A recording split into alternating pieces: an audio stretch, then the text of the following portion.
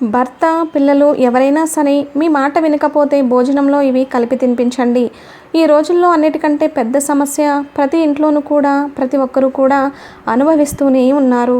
అది ఏమిటంటే భర్త భార్య మాట వినకపోవడం, భార్య భర్త మాట వినకపోవడం, అలాగే పిల్లలు కూడా మాట వినకుండా చెడు స్నేహాలు చేస్తూ ఉండడం. ఇలాంటివి మీ ఇంట్లో కూడా జరుగుతూ ఉంటే అయితే ఈ వీడియో మీకోసమే. మీరు ఏం చేయవలసిన అవసరం లేదు. మీరు ఏం భోజనం వండుతున్నా సరే ఆ భోజనంలో ఈ పదార్థాన్ని కలిపి తినిపించండి చాలు. వారు తప్పకుండా మీ మాట వింటారు. అలాగే మీరు చెప్పింది చేస్తారు. ఎవరైతే చెడు స్నేహాలను చేస్తున్నారో ఆ స్నేహాలను అన్నింటినీ కూడా వదిలిపెట్టి మీతో ప్రేమగా ఉంటారు. ఈ వీడియోలో ఇప్పుడైతే మనం 4 పరిహారాల గురించి వివరంగా తెలుసుకుందాం.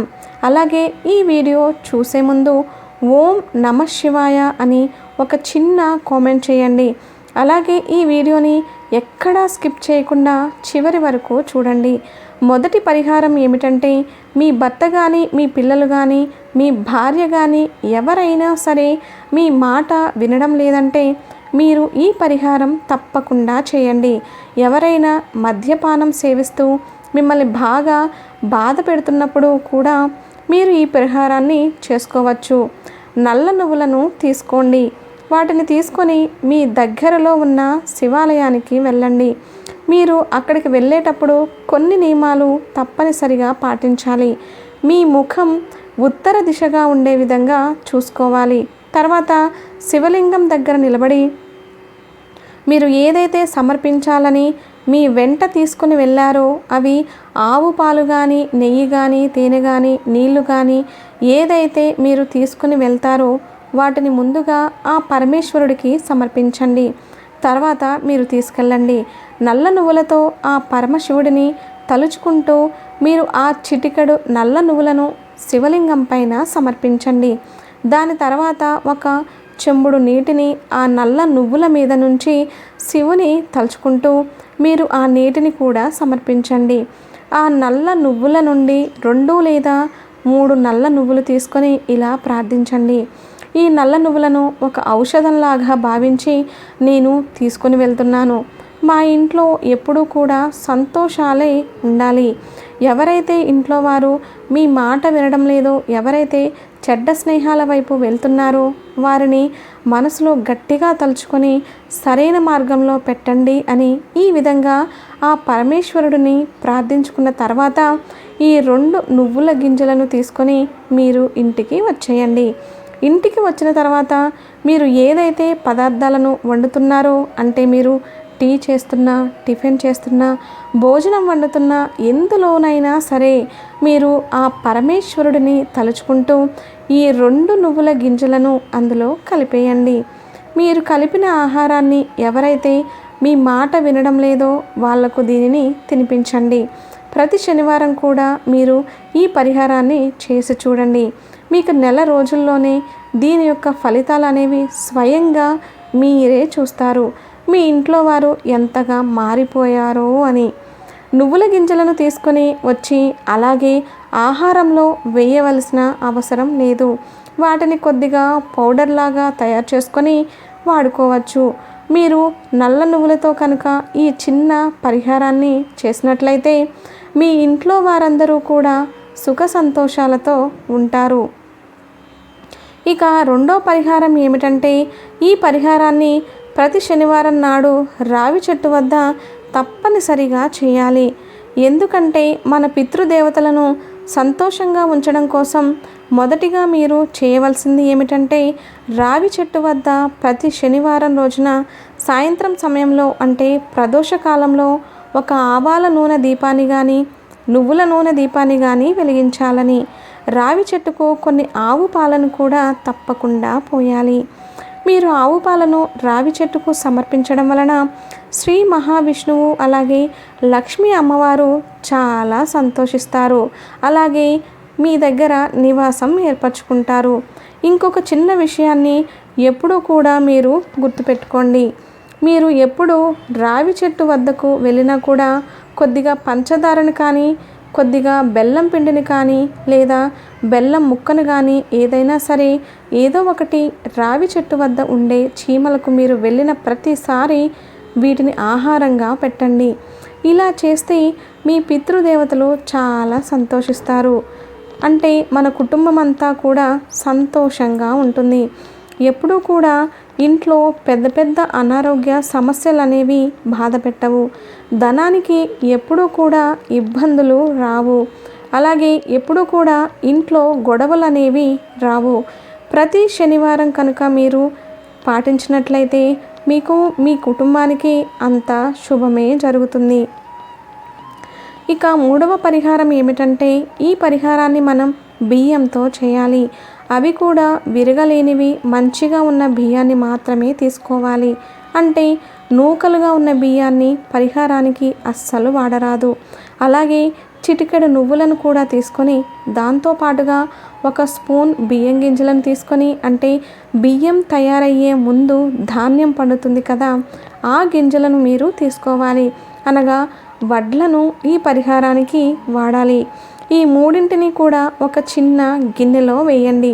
ఆ గిన్నెను తీసుకొని వెళ్ళి మీ సింహద్వారం వద్ద ఉంచండి. లోపల వైపు పెట్టకూడదు. ఇంట్లో నుంచి మీరు అడుగు బయట పెట్టేటప్పుడు మీ గిన్నె ఎడమ చేతి వైపు ఉండాలి. ఈ పరిహారాన్ని మీరు శనివారం రోజున అంటే ప్రదోష కాలంలోనే చేయాలి. ఆ గిన్నె పైన ఏదైనా ఒక చిన్న మూతను పెట్టండి. మీరు మరుసటి రోజు ఉదయాన్నే లేచిన తర్వాత వెంటనే స్నానం చేసి దాని తర్వాత మీరు ఒక రాగి చెంబు నిండా నీటిని తీసుకోవాలి. తర్వాత ఆ గిన్నెలోని వస్తువులన్నీ తీసుకొని మీరు శివాలయానికి వెళ్ళండి.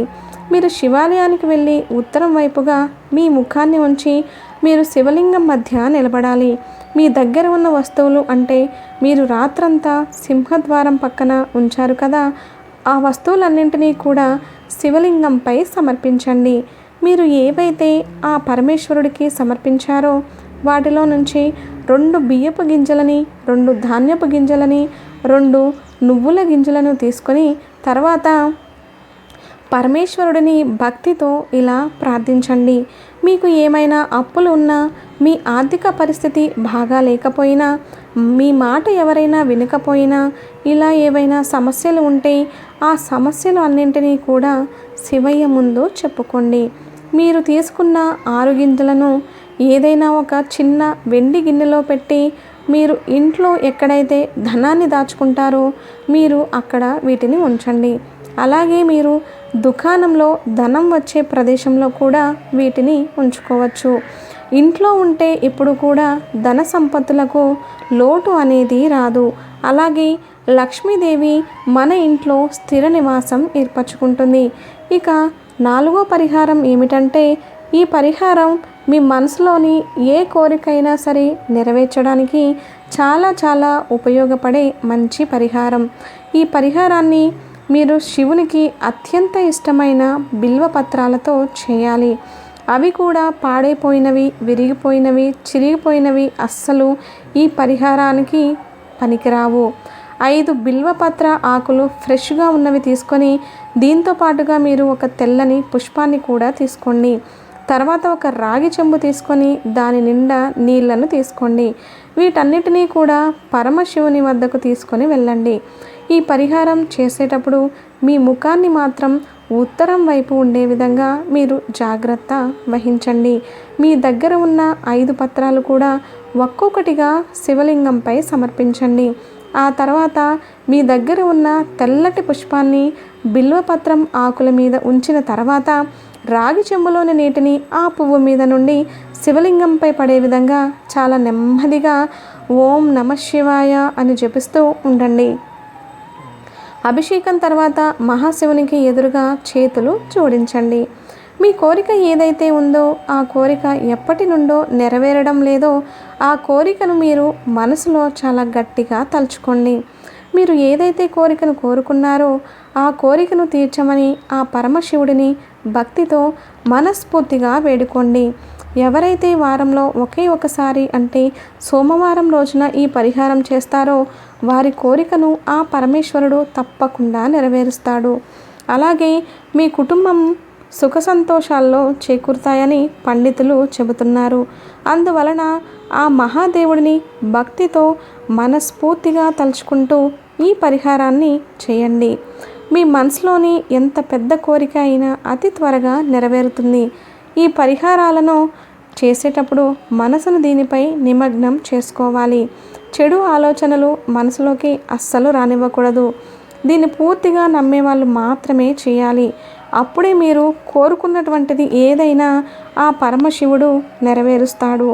అలాగే తీవ్రమైన కష్టాలకు ఈ పరిహారాలను చేయండి.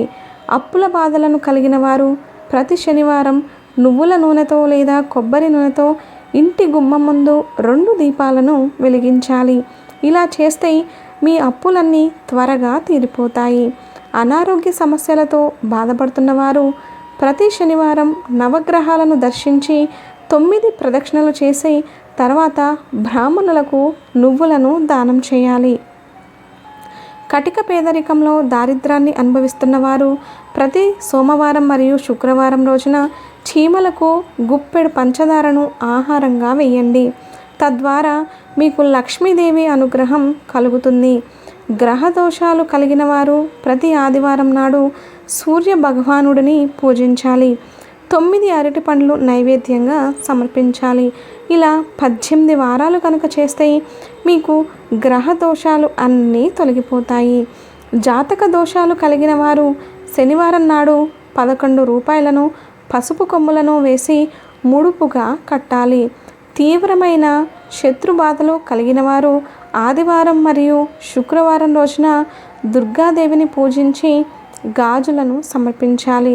ఇలా 9 వారాలు చేస్తే మీకున్న అన్ని బాధలన్నీ తీరిపోతాయి. అలాగే ఉద్యోగం లేనివారు 8 సోమవారాలు పంచ అమృతాలతో స్ఫటిక లింగాన్ని బిల్వపత్రాలతో అభిషేకించి అరటిపండు నైవేద్యంగా సమర్పించాలి. ఇలా చేస్తే తప్పకుండా మీకు మంచి ఉద్యోగం దొరుకుతుంది.